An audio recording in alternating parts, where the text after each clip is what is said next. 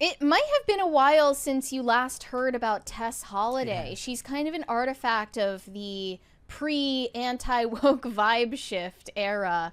She was mostly becoming famous in the 2010s for being a plus-size model, which used to be this really interesting, unique thing. And then it was shoved down all of our throats. We collectively decided that we did not want to see obesity on magazine covers or in commercials. And Tess Holliday is likely out of a lot of job opportunities and crashing out on TikTok. She recently told the story to her followers that she got into a dispute with a flight attendant on a United flight with her son. She was with her 9-year-old son on the flight. So I'm going to explain the course of events before we get to her version of the story. She says she paused a movie she was watching with her son, went to the bathroom. I don't know how this woman is able to fit into a plain bathroom. That's actually shocking and impressive.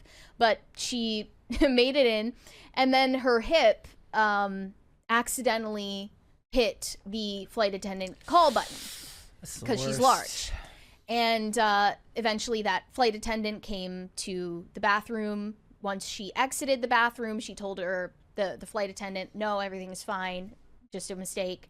And then she got roped into this conversation with the flight attendant, who was telling her about her, his sister, who is also, as she put it, very large, much like you, much like yourself. And his sister was forced to move to a different seat on a flight because she was in a middle seat, and it was not allowing enough space for the people next to her. And as Tess Holliday is hearing this story, she's like, get me out of here. Like, I don't want to hear about this. And it gets to a point where the flight attendant says, but I agree. I think that my sister should really lose the weight. It would be irresponsible for her not to lose the weight. It makes her life harder. And then this flight attendant says, you have a child. I mean, you should lose the weight too. So that's where we end up in the story. Before we go to Tess Holliday's words, let's go to her TikTok. Yes. And hear about how she was body shamed by the flight attendant.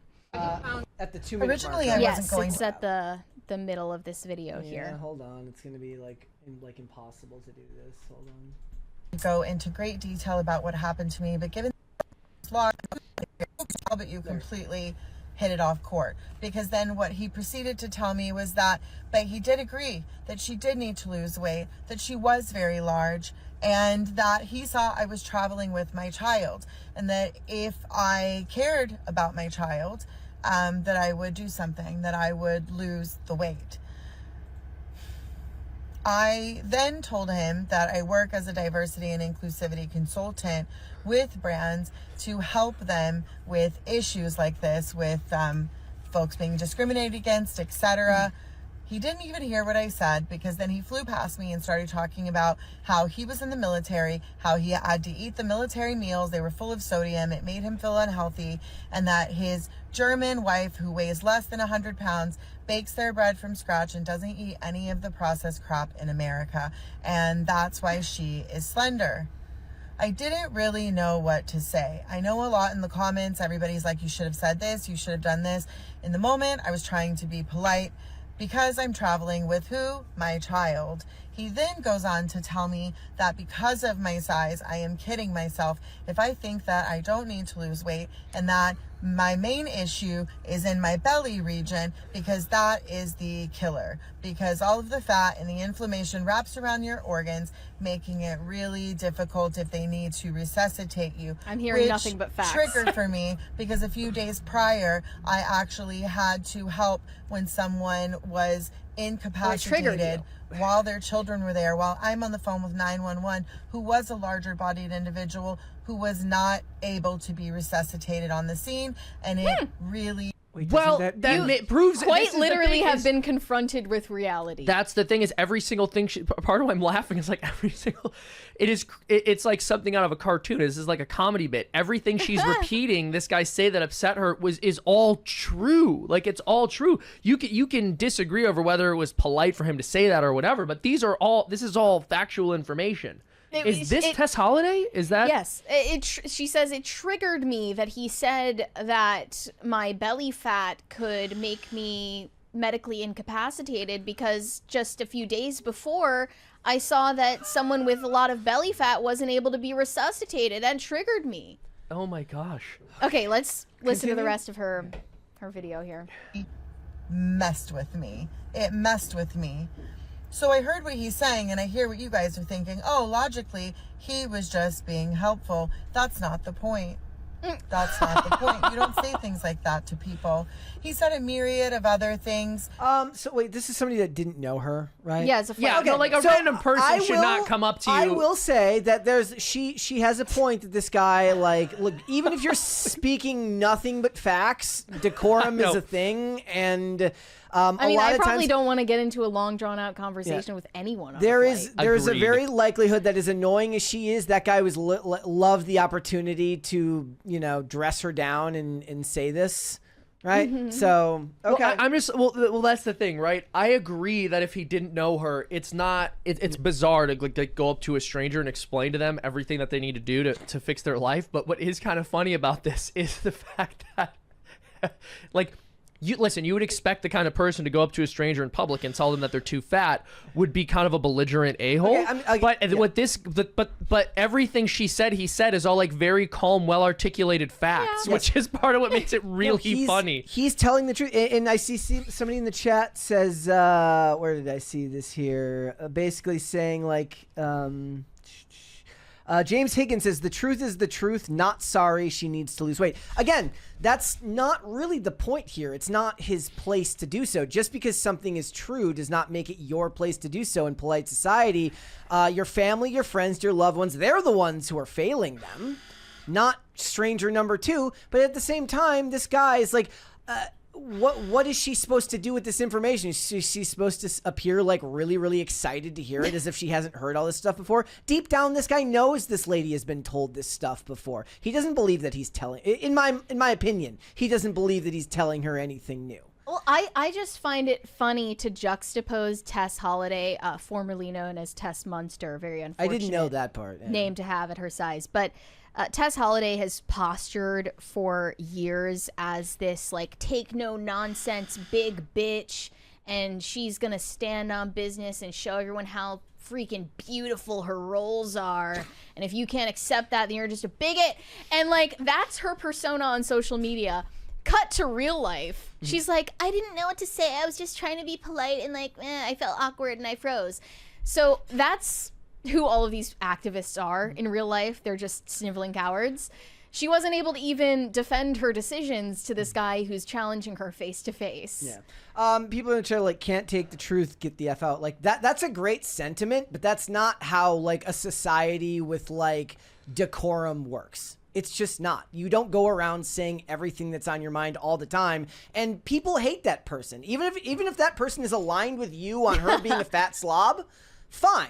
But that's not how polite society works, and likely that person gets off on being able to go do it to people Well, he doesn't it know. seems like this flight attendant might have a touch of the tism because Yes. he doesn't understand social decorum very well. That's Wait a minute, which is it was not good because their flight job attendant? is to like interface with the public, so Right. they should be the tismless of, Right, right. of all. The pilot can have a touch of the tism. I don't know if I want no, the flight now attendant. that I think to do about it, I think flight attendants do often go on power trips over irrelevant True. things. Like they are kind of like the cops of the sky. Can you imagine you're on a flight and the flight attendant just starts going off on an overweight person about how they need to lose the weight? And like, but this is also really funny to me too, because like you mentioned, Mary, she couldn't defend herself against these facts, but also this is her telling us the story. I actually have some respect for her hearing like how clearly honest she's being. She didn't go like, this guy said I was too big and then I explained the science to him and everybody clapped, which is what I think a lot of people might have done. Right. Yeah, to but 100. she's like very sober. She's like, he explained to me that the fat I have around my waist makes it difficult to resuscitate, and I did literally see that happen a week ago. I saw that happen to somebody, and it has me thinking. You're like, this is actually shockingly lucid. Is the accept? Let me ask the chat. The people who are saying like this is this is okay. Is the baseline for this that it's fact and truth, or is the decorum not matter? Because when somebody comes out with their opinion about your political beliefs, if you're wearing some type of MAGA hat or something, and somebody comes up to you and tells you Trump's a Nazi, now is the fact that that's not true, is that the baseline that makes it unacceptable, or is it because they're being a dick in public and it's not socially acceptable to just be a dick in public? She continues to say that she spoke with United after the incident and that the company apologized to her for the situation.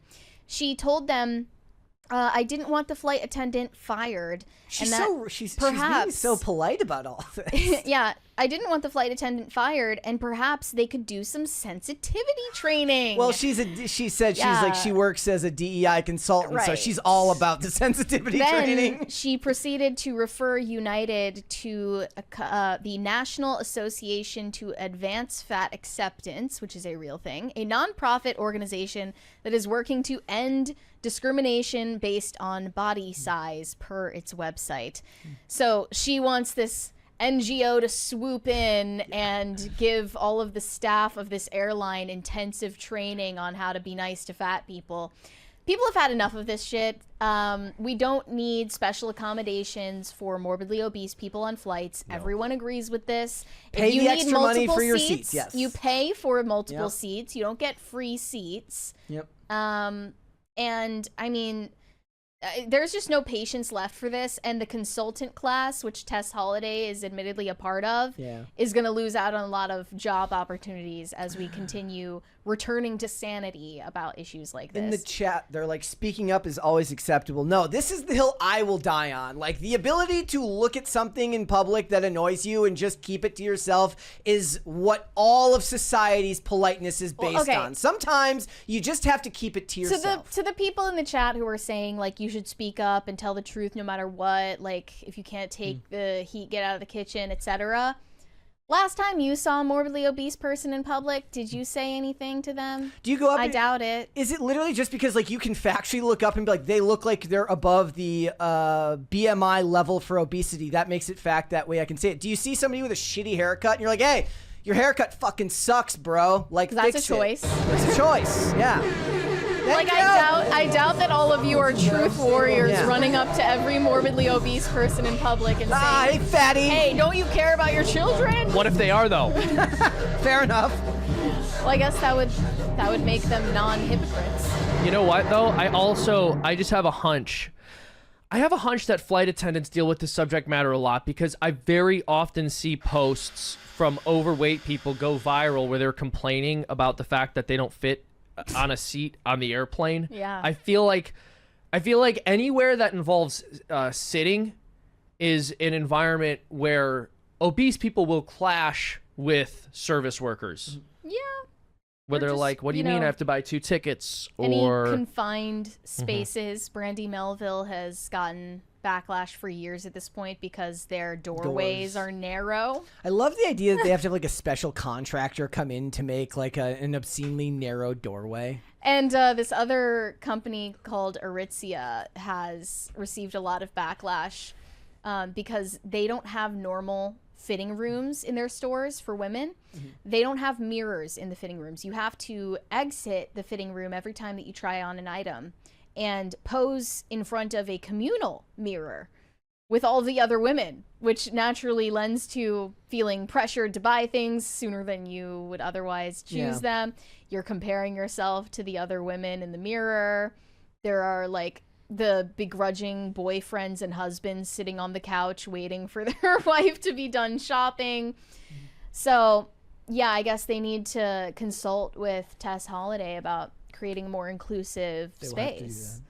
Thanks for watching. Listen to full episodes of Pop Culture Crisis on Spotify. Keep up with us on social media and make sure you subscribe and ring that bell so you never miss the show. Bye, guys.